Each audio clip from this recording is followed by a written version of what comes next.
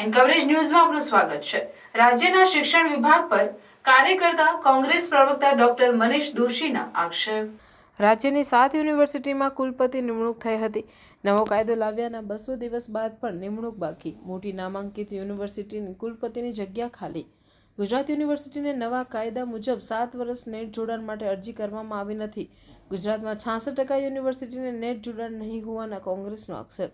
77% college પાસે net જોડાણ નથી। 1767 જેટલી કોલેજમાં નેટ જોડાણ ન હોવાના આક્ષેપ। 350 ગ્રાન્ટેડ કોલેજમાંથી 200 જેટલા કાયમી આચાર્ય નથી। શિક્ષણમાં જરૂરી પડતી જગ્યા પૂર્ણ કરવા કોંગ્રેસ માંગ કરી।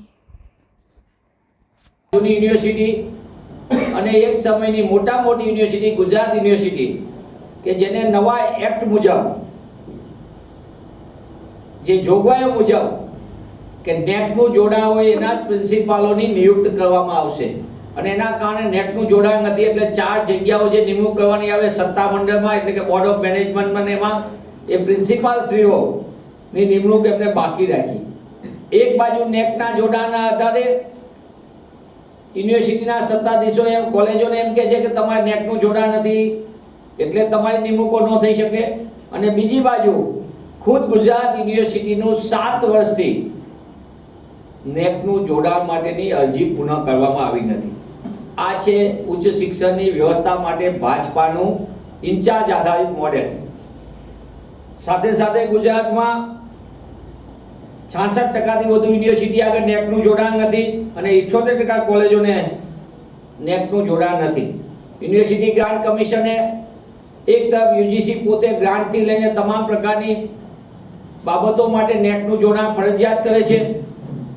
શિક્ષણ વિભાગ અને કેસીજી પણ આવા ફતવાઓ બહાર પાડે છે અને એ ફતવાઓના હકીકત કંઈક જુદી હોય છે। ગુજરાતમાં 83 પૈકી 55 યુનિવર્સિટીમાં નેટનું જોડાણ નથી। ગુજરાતની 2267 કોલેજમાંથી 1767 કોલેજ એટલે કે ગુજરાતમાં 78% કોલેજો આગળ નેટનું જોડાણ નથી। ગુજરાતમાં 750 ગ્રાન્ટેડ કોલેજોમાંથી ગુજરાતમાં 300 ગ્રાન્ટેડ કોલેજોમાંથી 200 કોલેજોમાં કાયમી આચાર્યો નથી। પ્રિન્સિપાલોની નિમણૂક માટે સરકાર વારાફરતી નિયમોને ફોર્મેટ બદલે એના લીધે કાયમી આચાર્ય પણ નથી મળતા। તેવા સંજોગોની અંદર કોંગ્રેસ પક્ષ તરીકે અમે માંગ કરીએ છીએ કે ભારતીય જનતા પાર્ટીની ભ્રષ્ટ સરકારનો શિક્ષણ વિભાગ ભ્રષ્ટાચારનું એપિસેન્ટર રાજ્યમાં ઇન્ચાર્જના આધારે જે શિક્ષણની અધોગતિ કરી રહ્યું છે એમાંથી શિક્ષણ વ્યવસ્થાને સુધારવા માટે 1% પણ પ્રમાણિક પ્રયત્ન કરે। ગુજરાતની શિક્ષણની અધોગતિ માટે ભાજપ સરકાર સીધી જવાબદાર છે। ત્યારે આચાર્યશ્રીઓની નિમણૂક કરવામાં આવે, પ્રાધ્યાપકોની લાંબા સમયથી જગ્યાઓ ખાલી એની માટે નિમણૂક કરવામાં આવે અને જે યુનિવર્સિટીઓ ઇન્ચાર્જના આધારે પોતાના મળતિયાઓને આધારે પોતાની મનગમતા કામ કરાવવા માટે પંકાઈ લઈ ગાંધીનગરમાં સંકુલમાં બેઠેલા સત્તાધીશોને હું કહેવા માંગુ છું કે તમને થોડી પણ ચિંતા ગુજરાતના ભવિષ્યની પેઢી માટે હોય, ઉચ્ચ શિક્ષણની વ્યવસ્થા માટે હોય તો કાયમી કુલપતિની નિમણૂક માટેની પ્રક્રિયા ઝડપી કરવામાં આવે। મારો તાળો કરતા યુજીસીના ધારાધોરણ મુજબ શિક્ષણવિદને જો મૂકવામાં આવે તો રાજ્યની યુનિવર્સિટીનું ભલું થશે અને રાજ્યની વિદ્યાર્થીઓનું પણ ભલું થશે। સરકારે યુનિવર્સિટી કોમન એક્ટ લાવી, સ્ટેટ યુનિવર્સિટી એક્ટ, અને આજે 200 દિવસ જેટલો સમય વીતી ગયો છતાં રાજ્યની 7 યુનિવર્સિટીઓમાં કાયમી કુલપતિ લાંબા સમયથી નિમાયા નથી। 7 યુનિવર્સિટી એટલા માટે કહું છું કે જેમાં વર્ષ, દોઢ વર્ષ, 2 વર્ષનો સમય વીતી જાય। સરકાર ત્યારે બાનું આપતી હતી કે કુલપતિની નિમણૂક એટલે નથી કે અમે નવો એક્ટ લાવી રહ્યા છે ને એક્ટના આધારે નવી જોગવાઈ થશે અને ત્યારબાદ કુલપતિઓ શ્રીઓની નિમણૂકો થશે। પણ નવા એક્ટને આવ્યાને 200 દિવસ વીતી ગયા છતાં પણ રાજ્યની મોટી યુનિવર્સિટીઓમાં કુલપતિની કાયમી નિમણૂકો કરી શકવામાં સરકાર નિષ્ફળ રહી છે અથવા તો જાણી જોઈને સરકાર એમને પોતાની મનમરજી મુજબના કુલપતિના ઉમેદવારો મળતા નથી એટલા માટે આખો ખેલ ચાલી રહ્યો છે।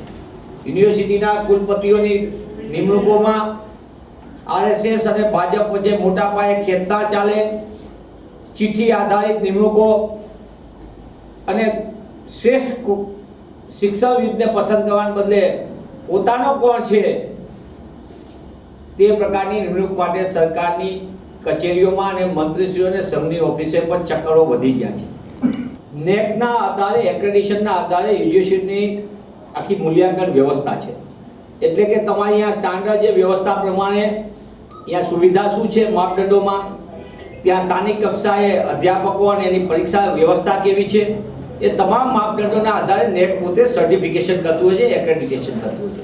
યુનિવર્સિટી ગ્રાન્ટ કમિશને પણ એ જવાબદારીથી સ્પષ્ટપણે કીધું છે કે આગામી સમયની અંદર નેટનું જોડાણ ફરજિયાત કરવામાં આવ્યું છે. તેવા સંજોગોમાં યુનિવર્સિટી લાલિયાવાડીથી ચલાવવામાં આવે, કોલેજોની અંદર નેટના જોડાણ માટેનો એટલે એની ગ્રાન્ટ સહિતની બધી ભવિષ્યની શોધ સંશોધન ઉપર પણ અસર પડે. આ તમામ વ્યવસ્થાના આધારે નેટના જોડાણ માટે સરકારે પોતે પ્રમાણિક પ્રયત્ન કરવા જોઈએ અને એ પ્રમાણિક પ્રયત્ન માટે સરકારે પોતે વ્યવસ્થા સુધારવા માટે કહ્યું છે. કમનસીબે ગુજરાતમાં ભાજપાની સરકાર લાંબા સમયથી સરકારી અને ગ્રાન્ટેડ શાળા કોલેજની શિક્ષણ વ્યવસ્થાને તોડી નાખવાનું પાપ કરી રહી છે અને એ પાપનો ભોગ ગુજરાતના સામાન્ય મધ્યમ વર્ગના ગરીબ ઘરના વિદ્યાર્થીઓ બની રહ્યા છે. अन्य खबरों के लिए चैनल को सब्सक्राइब कीजिए. खबरों का नोटिफिकेशन पाने के लिए बेल आइकॉन को जरूर दबाएं.